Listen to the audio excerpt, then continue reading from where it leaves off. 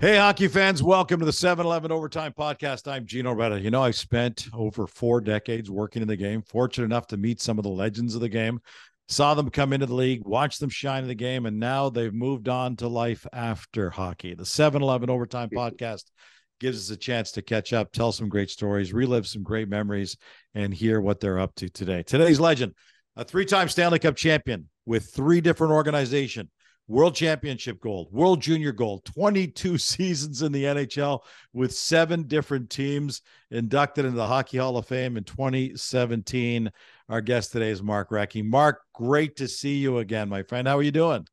I'm doing awesome. It's great to see you as well. You look good. The last time you and I hung out was induction weekend, where you get to interact with the fans and the Legends game and all that kind of stuff. And it was a fun weekend, man. I mean, it's now, how many years is it now? It's like 5 years, Now. 6 years ago. Coming on 6 years. Yeah. Crazy. What was Goes that too whole quick. experience like for you? Oh, it was incredible. That was such an amazing weekend.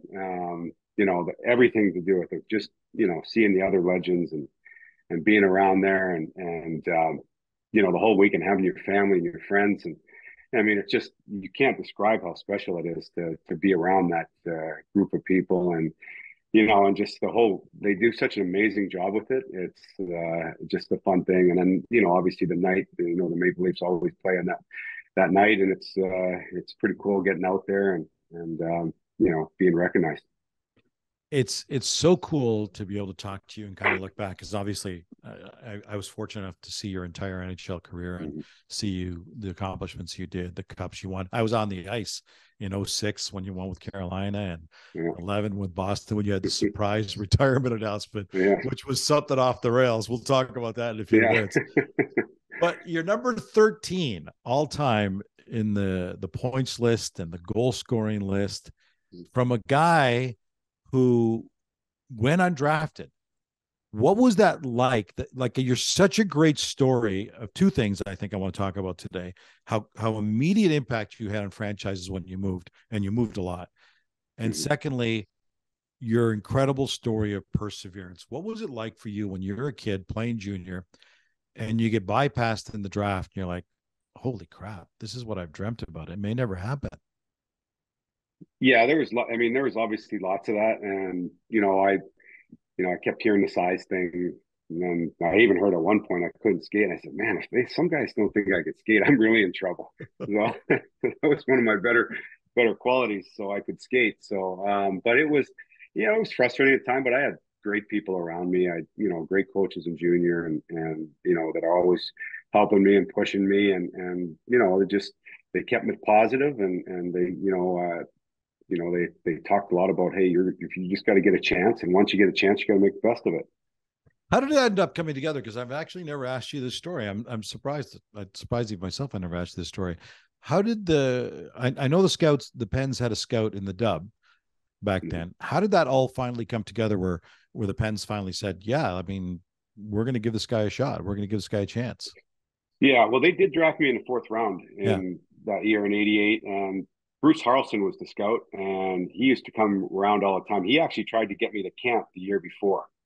But the rules back then, you weren't allowed to go to camp, so it was a little different than now. And they brought me. He drafted me. He was waiting to draft me, and he kept telling me that it's going to happen. It's going to happen, and I got there, and it did. It came true, and it was awesome. And the only thing on draft day is Mario left the table after the 3rd round. I was like watching him. It's like, darn. Your relationship with Mario was crazy. I mean, you didn't get in your rookie season, you get a chance out there in your first. I mean, you only played one game in your very first year, but then in your first full rookie season, the impact you make, and this is my whole theme of today, I want to talk on this podcast about the impact. You make the impact right away. Your first 2 years at the club, you got 30 and 40 goals. You had 70 goals on a Pittsburgh Penguin organization that included Yager and Mario Lemieux and Paul Coffey. I mean, at that point, you say, I knew I had this. I knew I could do this. Yeah, definitely at that point. And actually had a really good year the year before in the minors. So, and then I got a little taste. And then the second year I got sent down right at the start. And I kind of went down and I lit it up down in Muskegon and said, I basically told them I don't belong here anymore and get me up here. And I was very fortunate. They called me up and it just kind of took off from there. So then in the 91 season, Mario's not there because he's had the back surgery. So you step up 113 points in the 91 season. Like, what was that like in that year, man? Well, it was. I mean, Mario was in and out of the lineup and out for long stretches. And then, I was very fortunate to play with John Cullen and Kevin Stevens. The three of us just hit it off and it just led to big things. And, we all had great years. And, Cullen got traded for Ronnie Francis at the deadline. It just shows you how good a player Cully was as well as Ronnie, as they can get traded for each other. But, it was just a dream year, and it just continued on into playoffs after that.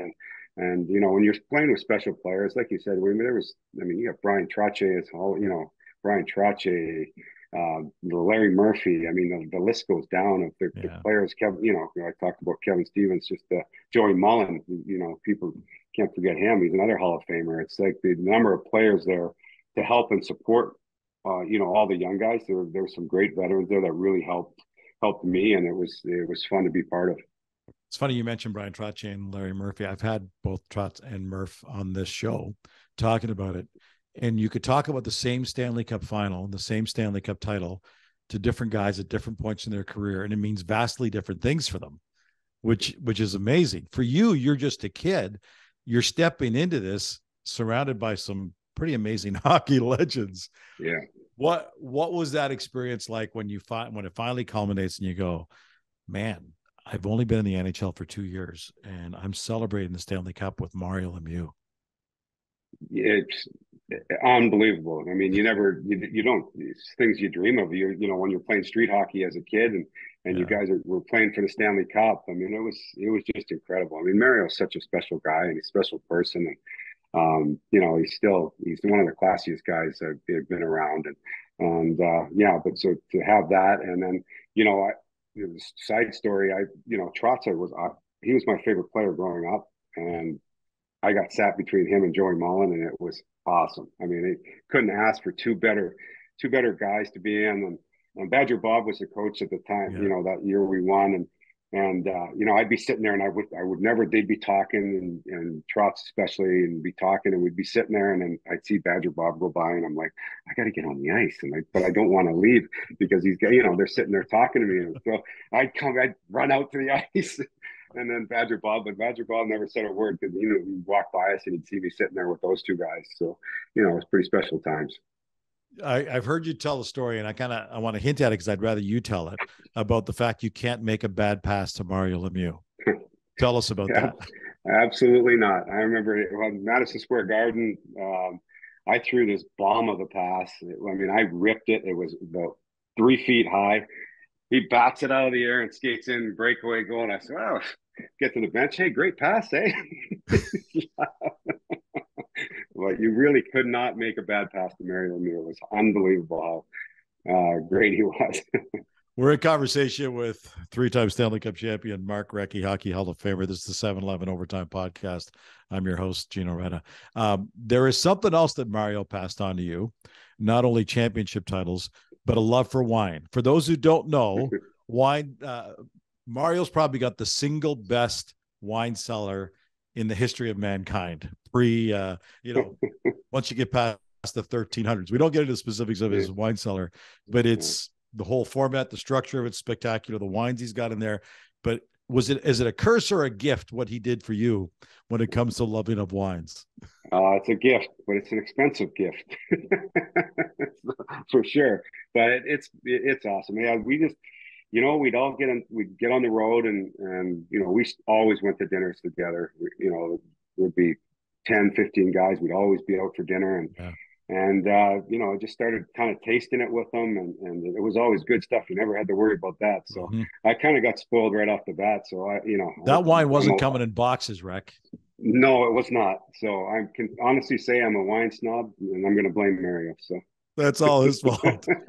So through your stint at that point, you would come back to the Pens later, but through your stint at that point, it was a brief one because then you get traded to the Philadelphia Flyers, and again, immediate impact. You get on the Crazy Eights line with Brent Fedek and Eric Lindros, and you have 123 points in that year. It's still a Philadelphia Flyer franchise record for a single season in scoring. What was that experience like?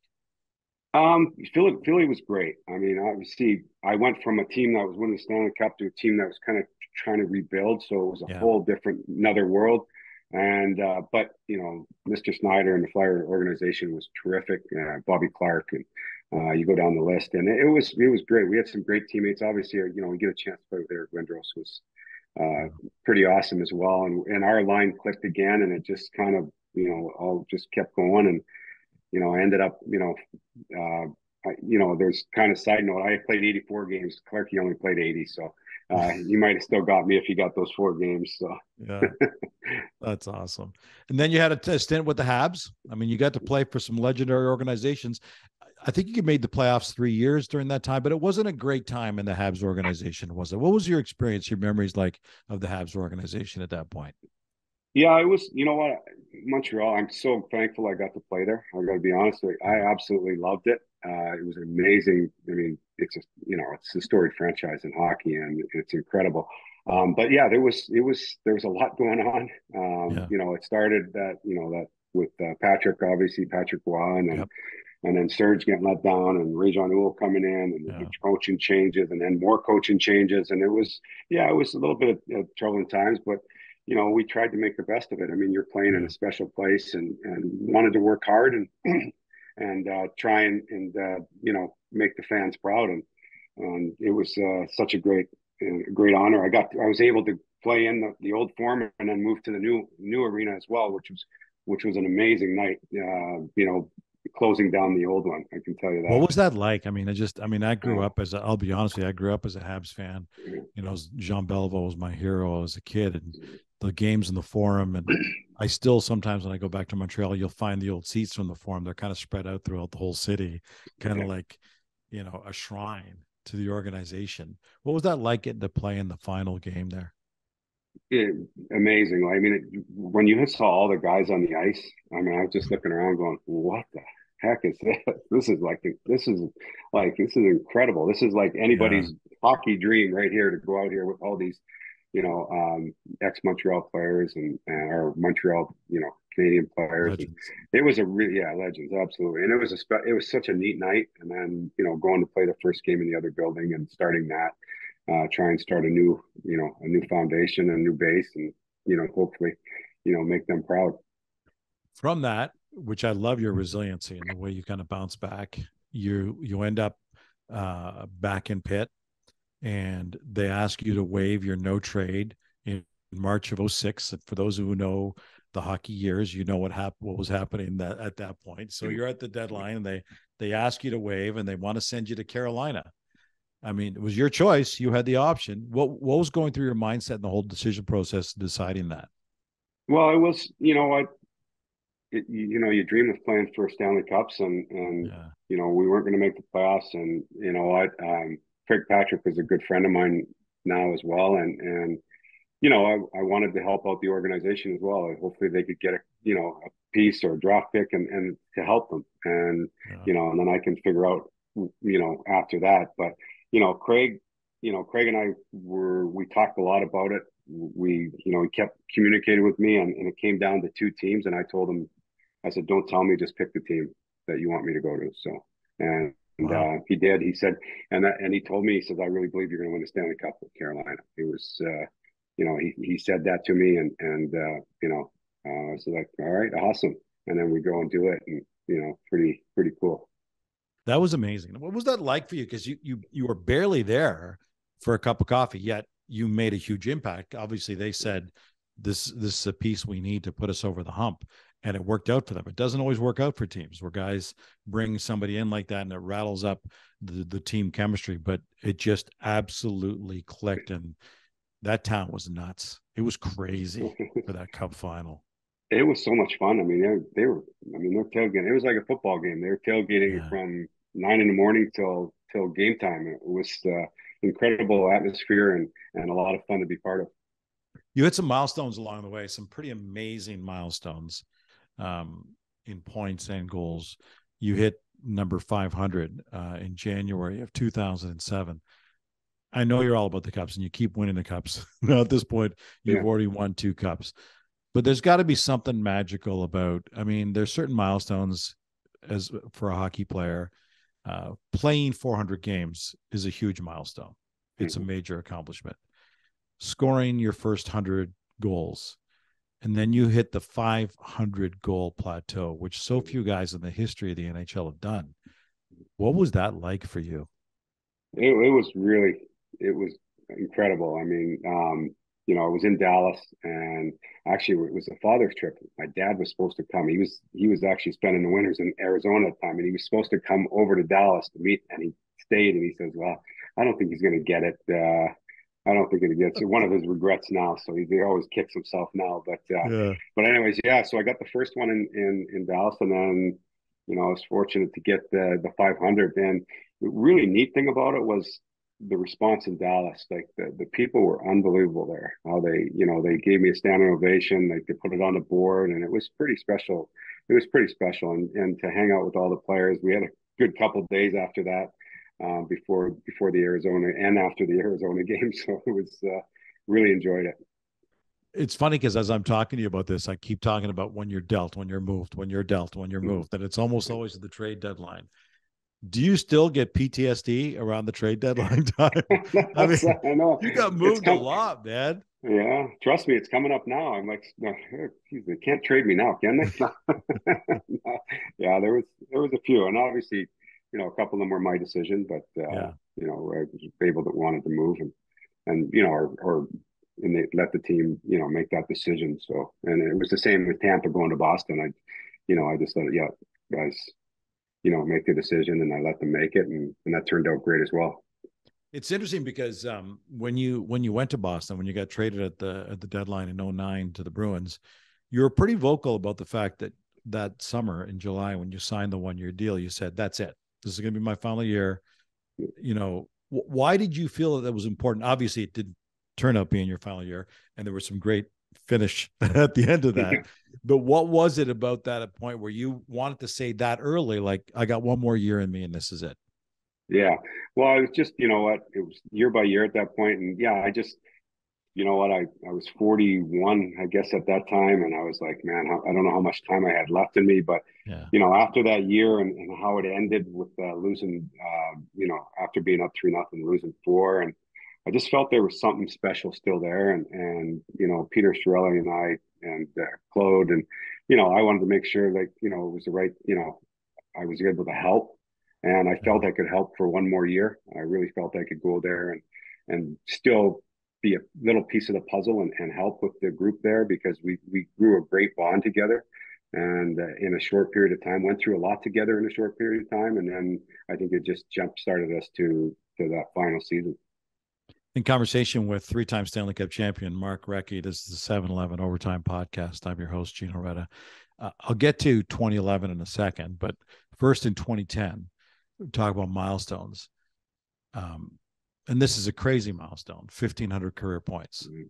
There's only, at that point, 13 people in NHL history that had reached that plateau. Given the way your humble beginnings, you were a 4th-round pick to make your way in, you'd been overlooked in the draft, and now you've become one of literally a handful of guys in the history of the league to get 1,500 or better points. What was that like for you? It's just surreal. I mean, like, I would thought if I could play 4 or 5 years in the NHL, I would be lucky. And, but to be able to, to make, get these accomplishments, and it just mind boggling to me. I still like sit there and I go, well, I don't even like, just went so quick. Number one, it went so quick. And number two, it's like, well, how did I do that? Like, and, it's just, people ask me like, well, I don't know. Like, I just did it. I just loved the game and just kept playing, and it just kept, going in the net, or, puck was going in the net for me. So, it was an unbelievable time. It was in Florida, and, it was a great, got to celebrate with the guys again. they got me a couple nice bottles of big bottles of Nice. wine. So Do yeah. you still have them, or did you Oh open yeah. them? No, I haven't opened them yet. Oh, No. okay. I just didn't know if So that was something. I might have to open them. We're having a reunion. Actually, the Bruins are going to do something. We're going to do something this summer together because of the COVID. We weren't able to get together for 10 years. So we're Oh, trying to get nice. together. Yeah. That's a So we're going great. to do Oh, so something. you weren't able to celebrate the 10-year anniversary, so you're gonna do something now.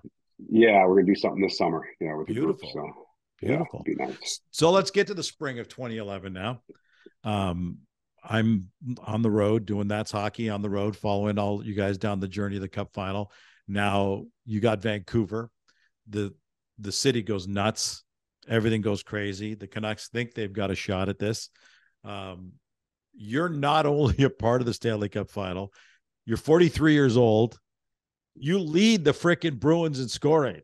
Like, I keep talking about the impact you have, and like not just a part of it. You weren't just a hired gun who just kind of came in and filled a void. You actually continued to lead, and then you make history in Game 2 of the Cup final. 43 years old, the oldest player ever to score a game in the Stanley Cup final. Then you scored two more in Game 3. What did it mean to you to feel like I'm not just here at the, because you'd already talked about the fact you were ready to retire. You made that pretty clear, but it wasn't like your game was diminished. You were still contributing like this. Yeah, I mean, I didn't have a very good series against Tampa. I was very fortunate. The teammates kind of drugged me along. And then, I just got, we got to the finals and just, you know what, this is, I got re-energized and it just, it was fun. I mean, when you're playing with Patrice Bergeron and Marchand every night too, it sure helped me a lot. They kind of dragged me along for the ride, but I was fortunate to play, to be able to help. And that's all I wanted to do is just help, whether it was in leadership or, when I get on the ice, make sure I'm doing the right things. The Bruins were, Claude and the coaching staff and, everybody in the Bruins, they were so good to me and they treated me awesome. And so it was a nice way to go out. I can tell you that.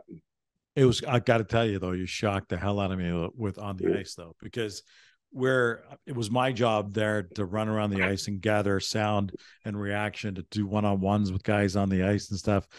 I still will never forget my interview with Big Z because he's still in his skates and I'm in street shoes and I'm like, this has got to look ridiculous on camera. It's Yeah.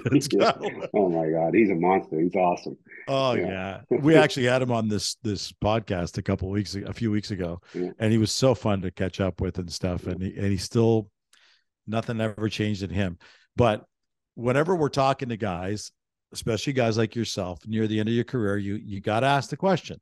You got to ask the question. So what are you thinking? Are you thinking retirement? And 99.9% of the time, the guy says, no, don't ask me. That's a stupid question. Don't ask me that now. I'm celebrating with my teammates. But you were only too willing to tell the story of what happened, the way that all unfolded. Yeah, well, just I was on the ice, and it was Pierre came in, Yeah. and Pierre he McGuire. grabbed me and just started talking about it, and then he just he asked that question, and I Yeah. just said, no, I'm done. This is it for me, and it's time for me to move on. This is a great way to end, and we accomplished what we wanted to accomplish, and that's the reason I came back, and that's it, riding off in the sunset. So no better place for me, like personally, growing up in BC, Yeah. growing up in Kamloops, and winning the cup there, and being able to have my family and friends there, and no better way to go out. You must have Sure. had a lot of family there, because the big thing in the cellies on the ice afterwards is, after a little while, after you celebrate with your teammates, you get to bring the family down and celebrate. What was that like? Did you have a lot of family members there with you? I had a lot of family and a lot of friends there. Yeah, it was incredible. My mom actually was having surgery the next day, so she couldn't. My mom and dad couldn't come down to that. Fortunately, they'd been in Pittsburgh and Carolina, Yeah. so but yeah, they weren't able to make it down. But we celebrated in the summer though when we brought it back. So way to go. Where did you take it? Did you take it to Kamloops? Yeah, I did. Yeah, absolutely. Yeah, I What had was it the back day in like? What was Kamloops. your day like with the cup there?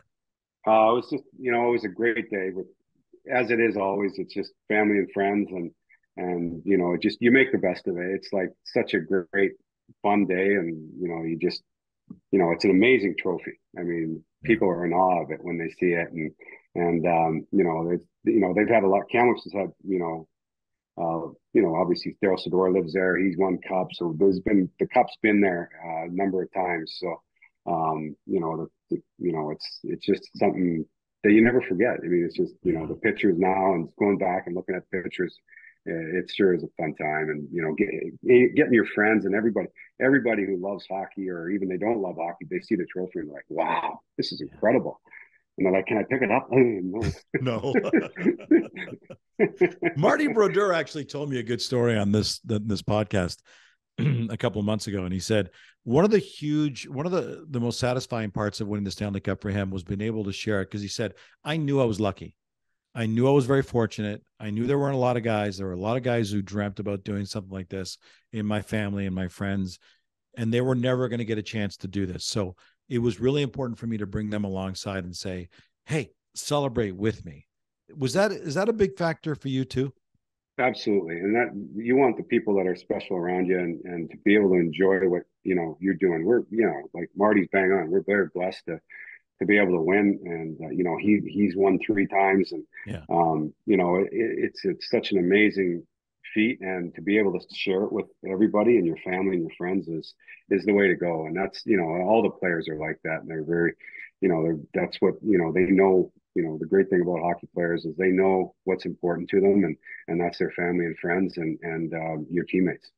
Speaking of feet, and I'm not going to ask you to lift your foot up and show us, but you got a great, unique tat. No one else can have this tat because no one else did this. Tell our audience about the tat you've got on your foot. Oh, well, I guess it's your ankle.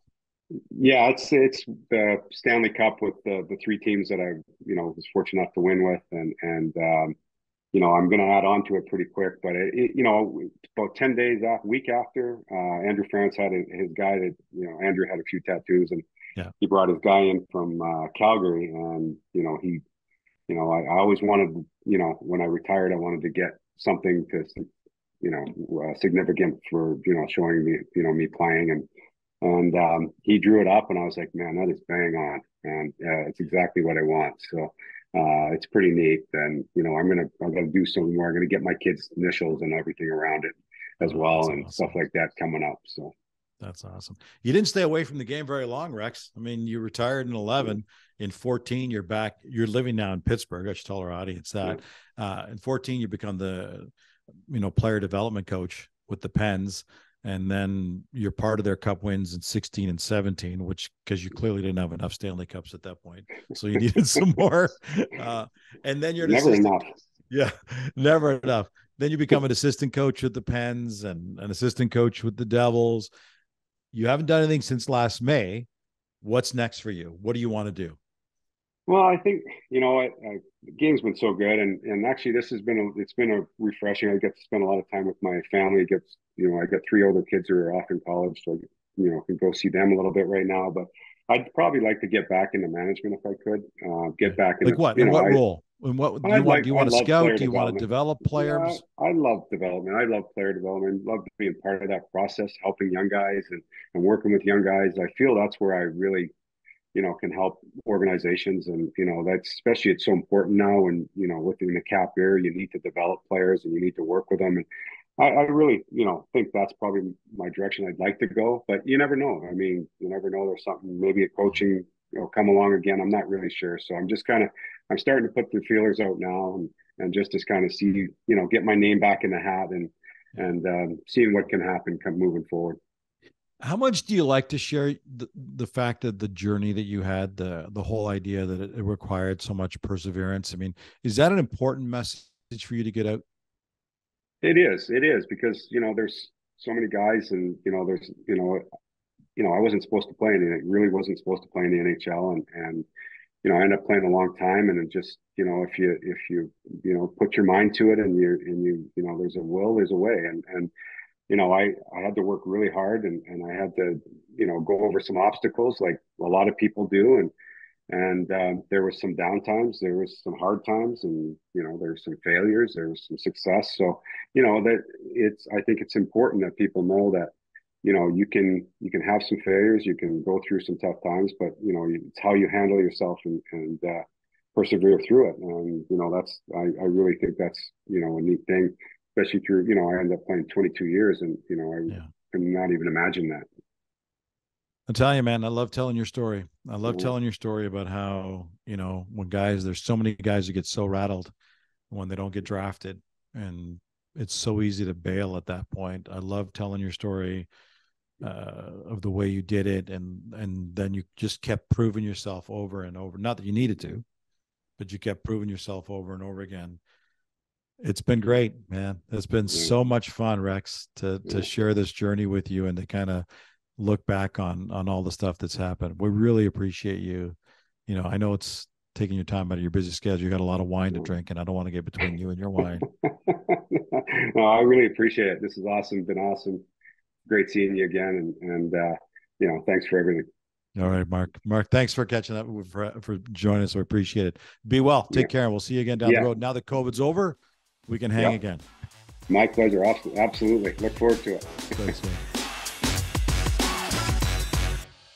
3-time Stanley Cup champion, one of the highest scorers all time in hockey history, Hockey Hall of Famer, Mark Recchi. The Overtime Podcast is proudly presented by 7-Eleven. Before leaving the rink, order your favorite Slurpee, fresh 100% premium Arabica coffee, hot from the oven, pizza and wings, a pint of ice cream, or even a carton of milk, eggs, loaf of bread from the 7 Now app. And Team 7-Eleven will have your order ready for pickup 24/7. Hey, if you missed any parts of the show, don't worry. Visit our website at overtimepodcast.ca, where you can both listen and subscribe to future shows. 7-Eleven's Overtime Podcast can be found on the iHeartRadio app, Spotify, iTunes Podcasts, or at any of your favorite podcast platforms. Until next week, I'm Gino Retta saying so long, hockey fans, and thanks for joining us on the 7-Eleven Overtime Podcast.